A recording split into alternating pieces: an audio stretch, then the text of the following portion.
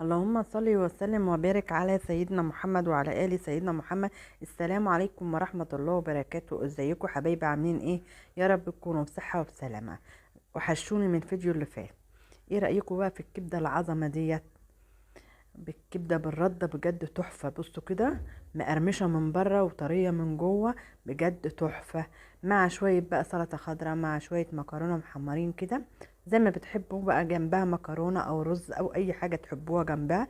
هي حتى لو هتتاكل كده حبيب قلبي بالعيش كده والسلطه، بتبقى الله على الجمال. طعمها جميل جدا وتحفه، وطريقتها سهله وبسيطه وما خدتش مننا وقت خالص. بوريكم الله، طعمها جميل جدا. جربوها بقى بالطريقه ديت وبجد هتعجبكم. حاجه كده مشرفه وحاجه سريعه، ما خدتش مننا وقت خالص، وحاجه بجد عسل. تستاهل بقى منكم لايكات حبايب قلبي، وتشجعونا وتعملوا لنا شير للفيديو عشان يوصل لكم كل ما هو جديد. حبايبي بقى نسمي كده بالرحمن ونخش على الوصفه بتاعتنا الجميله. بسم الله الرحمن الرحيم. معايا كيلو بقى من الكبده كده، الشرايح كده، او الكبده البانيه زي ما عامله كده زي البانيه. المقادير بتاعتها سهله خالص. معايا ميه بصل، معايا كوبايه من ميه البصل، معايا نص معلقه من الثوم المفروم. المقادير بقى سهله وبسيطه. توم بودر، بصل بودر، ملح، فلفل اسمر، كمون، كزبره، بس كده. هننزل بقى بالميه البصل دي زي ما انتم شايفين يا حبايب قلبي، مع الثوم مع التوابل، وهنقلب بقى الخليط كله ده مع بعضه زي ما انتم شايفين كده حبايب قلبي.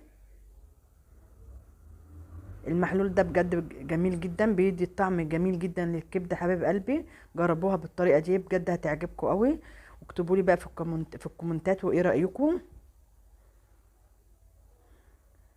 هننزل بقى بشرايح الكبده الجميله ديت حبايب قلبي،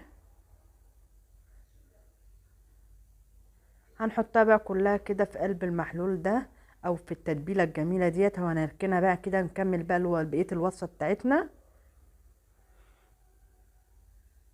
زي ما انتم شايفين كده حبيب قلبي. معايا رده ناعمه وجايباها من عند العطار. زي ما انتم شايفين كده حبيب قلبي، معلقه كبيره او معلقه ونص من الفيجيتار، معلقتين كبار من الدقيق. التوابل اللي انا حطيتها في الكبده حبيب قلبي: الثوم بودر، البصل بودر، الملح، الكمون، الكزبره، الفلفل الاسمر. وهنقلب بقى الخليط ده كله مع بعضه كده حبيب قلبي زي ما انتم شايفين.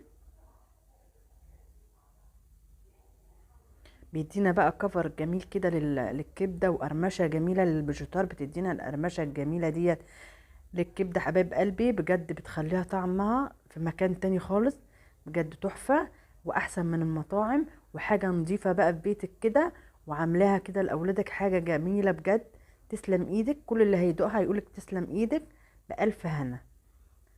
كده حبايب قلبي هنجيب بقى من الشرايح البانيه ديت او الكبده، هنحطها بقى كده في الردة ونقلبها كويس. لازم نشبعها من الردة حبايب قلبي.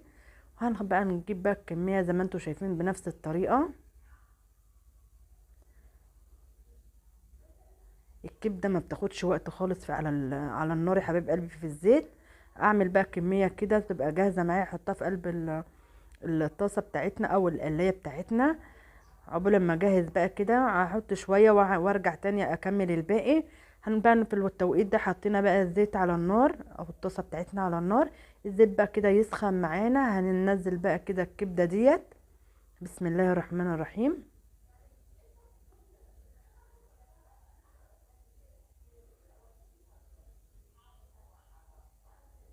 هجيب بقى حاجه كده اوسع لنفسي، شوكه كده، اقوم موسعه بقى بقيت كده الشرايح كده، واحط بقى حته كمان.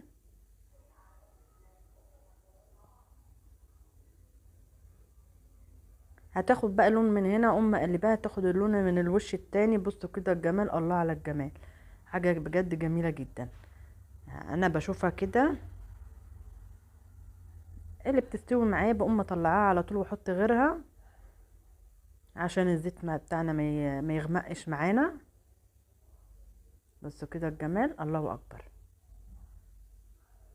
والكفر بتاعها جميل جدا، مش محتاج كلام. هنخلص بقى الكميه بتاعتنا كلها يا حبيب قلبي، ونجيبها بقى في التقديم وموريها لكم بنفس بردك الفيديو في الاول زي ما انتم شايفين. الله على الجمال، بصوا كده الجمال والحلاوه. حاجه بجد احسن، حاجه بجد مشرفه. وطعمها بجد تحفة. جربوا بقى الطريقة ديت هتعجبكم قوي، وبجد ما تنسوناش باللايك وتفعلوا الجرس وتشتركوا في القناة. والسلام عليكم ورحمة الله، في حفظ الله.